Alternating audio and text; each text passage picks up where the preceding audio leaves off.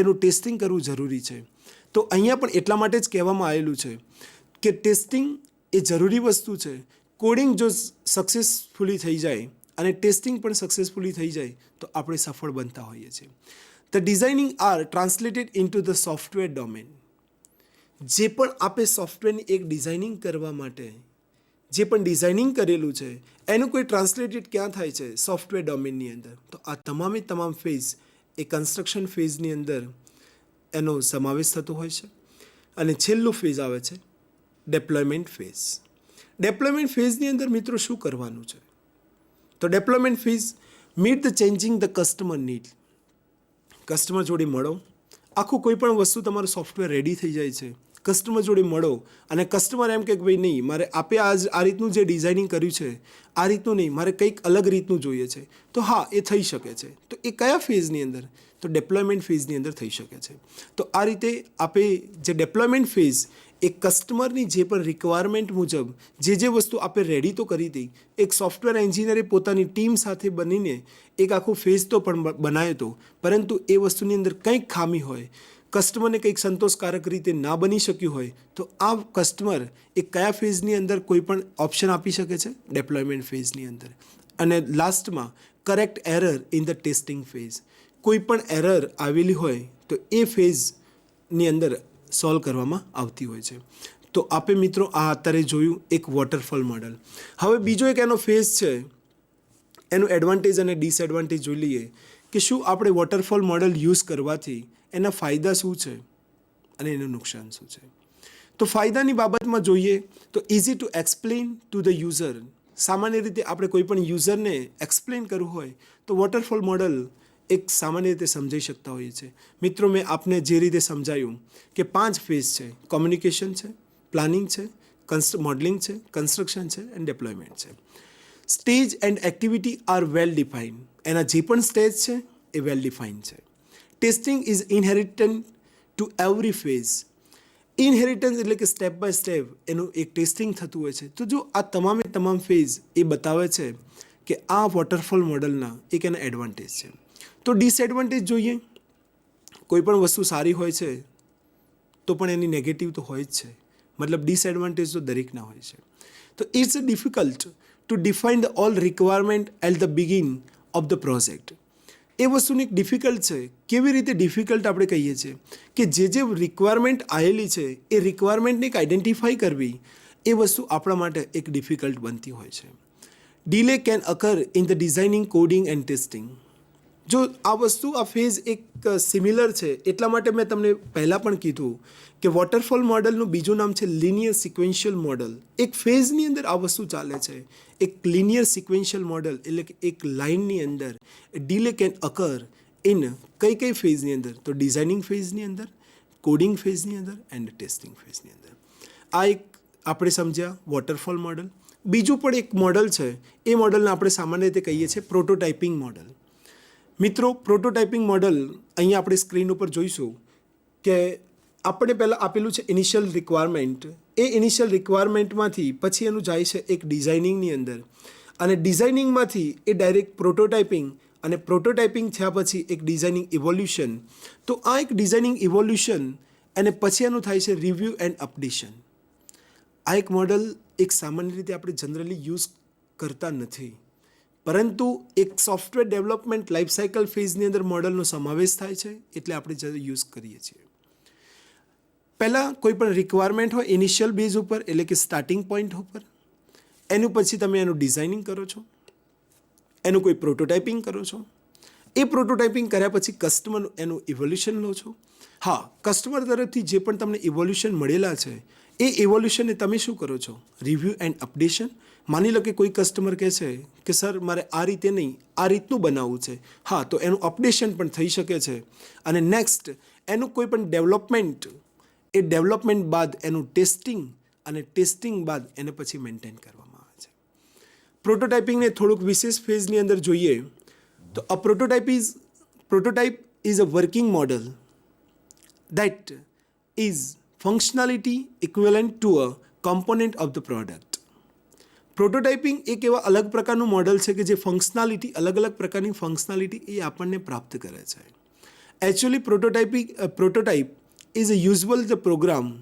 સામાન્ય રીતે આપણે પ્રોગ્રામની અંદર પણ એ ઉપયોગ કરતા હોઈએ છીએ, but not a final software.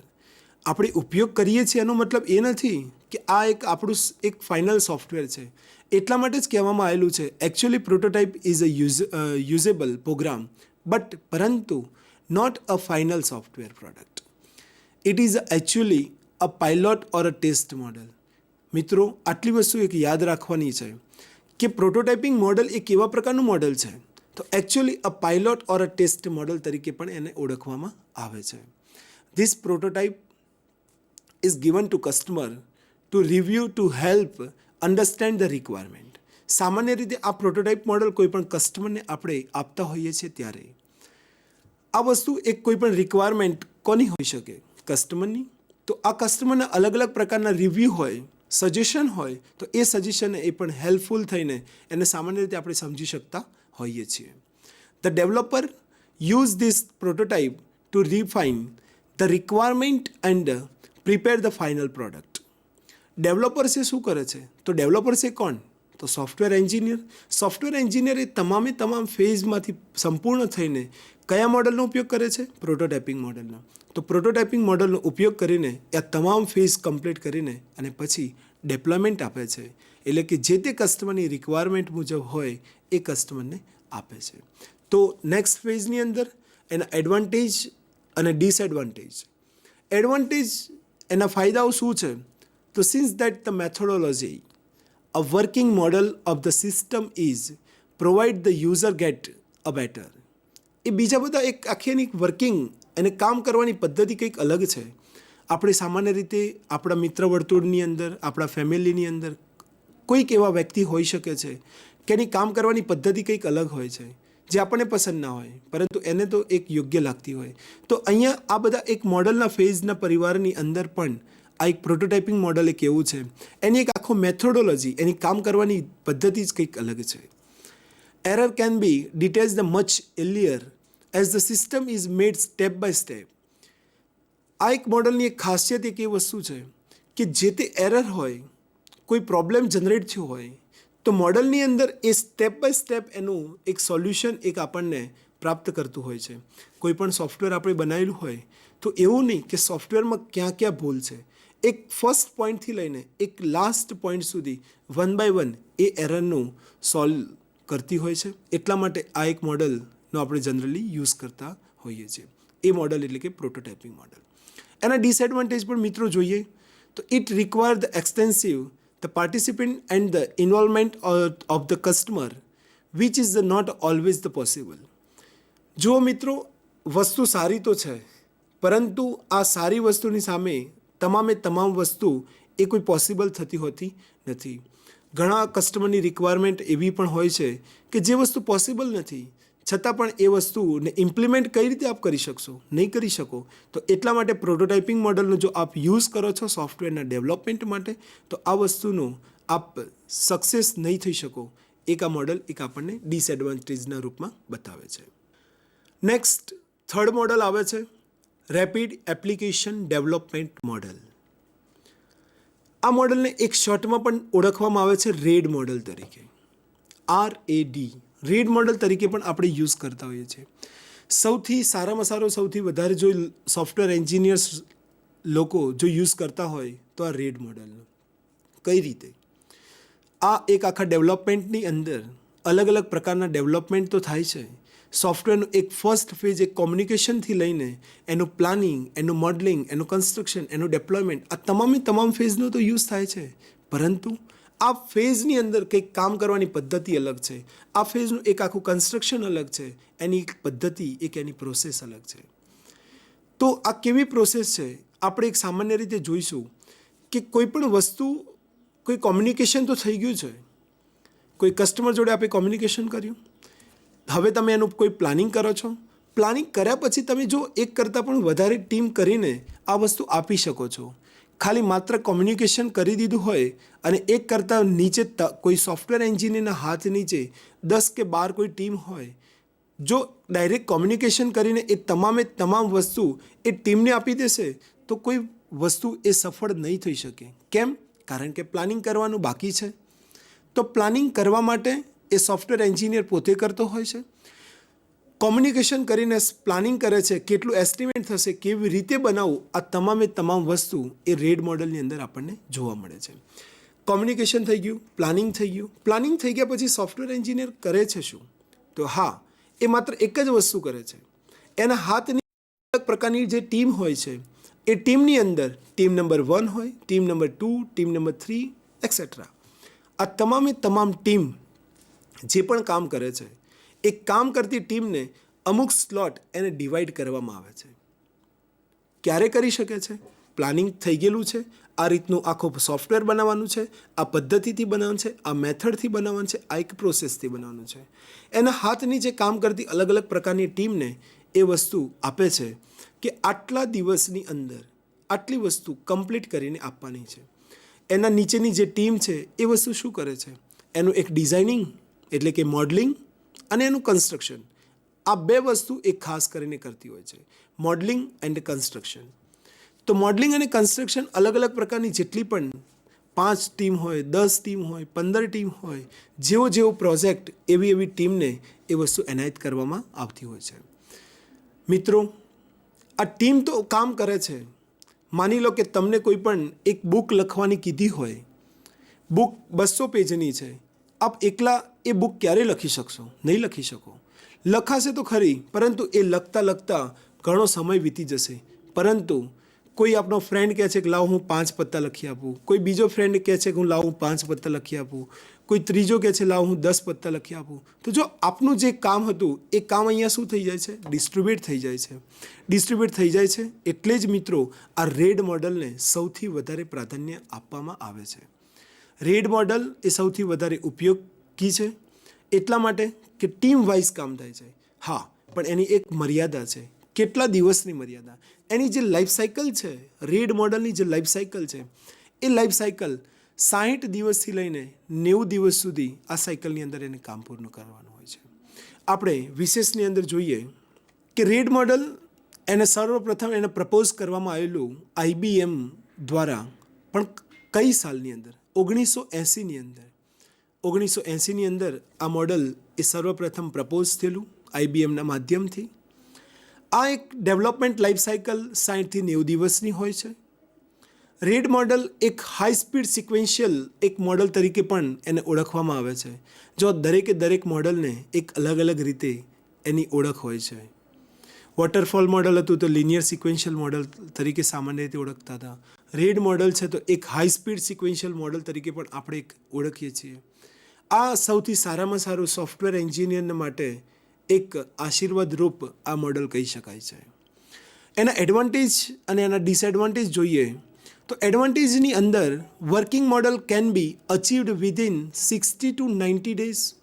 એને 60થી 90 દિવસની અંદર સંપૂર્ણ કરવાનું હોય છે. Make use the reusable component, એના જે કોમ્પોનેન્ટને ફરીથી આપ યુઝ કરી શકો છો. Component base the construction, reduce the more testing, એના ઘણા બધા ટેસ્ટિંગને અને રિડ્યુસિંગ પણ કરી શકો છો. એન્ડ ફુલ્લી કસ્ટમર સેટિસ્ફેક્શન, જે તે કસ્ટમરે આપણને બનાવવા માટેનો એક ઓર્ડર પ્રિફરન્સ કરેલો છે એ તમામ વસ્તુ એ કસ્ટમર માટે એક સેટિસ્ફેક્શન હોય છે. આજના યુગની અંદર આપણને એવી જ વસ્તુ ગમે છે કે જે આપણને સેટિસ્ફાય હોય, આપણને યોગ્ય હોય. તો આ મોડલના માધ્યમથી આપ આ વસ્તુ સેટિસ્ફાઈડ થઈ શકે છે. એના ડિસએડવાન્ટેજમાં all types of application are not the appropriate for red model. બધા જ પ્રકારની એપ્લિકેશનો આ રેડ મોડલની અંદર એપ્રોપ્રિએટ થઈ શકતી નથી. જો કોઈક વસ્તુ સારી છે તો સામે એની અમુક લિમિટેશન હોય છે, અમુક એની મર્યાદા હોય છે. બીજું, it is not the best suitable where technical risk is high. આ ફેઝની અંદર આપણને એક સરળતા તો રહે છે, પરંતુ એક ટેકનિકલ બાબતની અંદર, એક પ્રેક્ટિકલી બાબતની અંદર એનો જો રિસ્ક જનરેટ થાય તો એ આપણને એક હાઈ પોઝિશન ઉપર, એટલા માટે કહે છે કે risk is high. Third point, it require user communication to rapid fire activity, otherwise project will fail. આ એક પોઈન્ટ એક ખાસ યોગ્ય છે.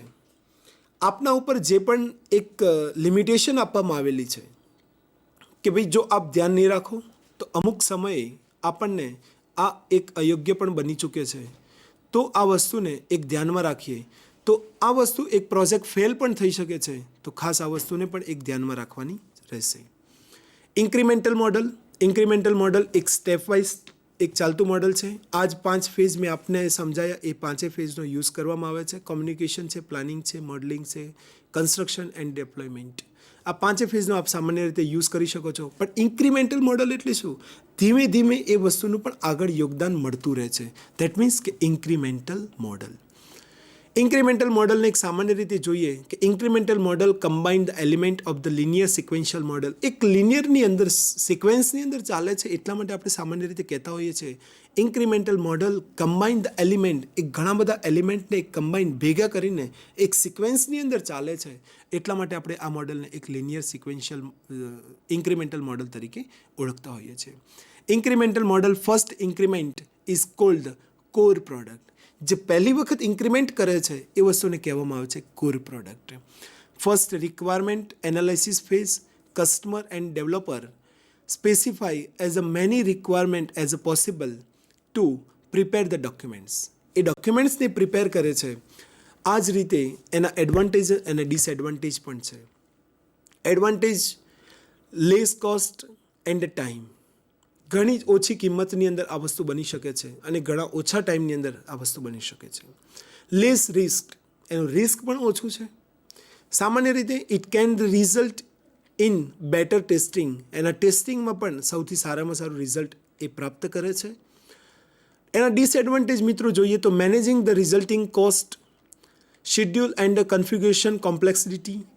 એની જે પણ કોસ્ટિંગ છે એ કોસ્ટિંગને પણ એનું મેનેજિંગ થઈ શકે છે અને એનું શેડ્યુલ અને કોન્ફિગરેશન છે એ વસ્તુની અંદર એનું કોમ્પ્લેક્સિટી થઈ શકે છે. હવે લાસ્ટ ફેઝની અંદર આપણે જોઈએ સ્પાઇરલ મોડલ. સ્પાઇરલ આપ એક દ્રશ્ય જોતા હશો તો સ્પાઇરલ મોડલ એક સામાન્ય રીતે તમને એવું જોવા મળે છે કે એક જલેબી ટાઈપ. એટલા માટે એ મોડલ એક સ્પાઇરલ મોડલ તરીકે ઓળખીએ છીએ. સ્પાઇરલ મોડલની અંદર એક ખાસ વિશેષતા છે કે કોઈ પણ એક ઇનિશિયલ પોઈન્ટથી કોઈ પણ સ્પાઇરલ થવાનું સ્ટાર્ટ કરે છે તો કોઈ પણ એના લાસ્ટ પોઈન્ટ સુધી એ વસ્તુ સ્પાઇરલ થતી રહે છે. સ્પાઇરલ મોડલ એ મોડલનો ફેઝ એ ડૉક્ટર બેરી બોહેમ એ આ વસ્તુને પ્રપોઝ કરેલી, એટલે કે સ્પાઇરલ મોડલને.